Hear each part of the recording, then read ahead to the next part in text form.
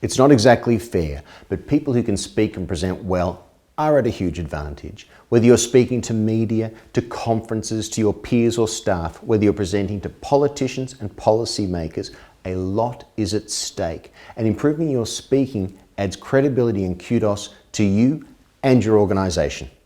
I'm a former journalist and radio broadcaster and media trainer. I don't think there's one way to be great talent. We work with people not to tell them what to wear or how to move. We actually spend time developing the content they're going to deliver on stage or to the media. I've trained hundreds of people who present on stage or in front of the media, from CEOs to people who volunteer for organisations.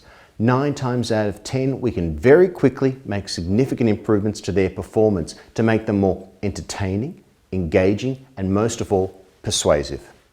For the first time in 5 years, we're running not 1 but 2 public speak savvy workshops. So whether you present on stage or in meetings to prospects or talk to the media, this is the workshop for you. 1 each in Melbourne and Sydney, an all-day workshop with people like you with mixed experiences, different comfort levels. It'll be practical, fun, and pretty challenging.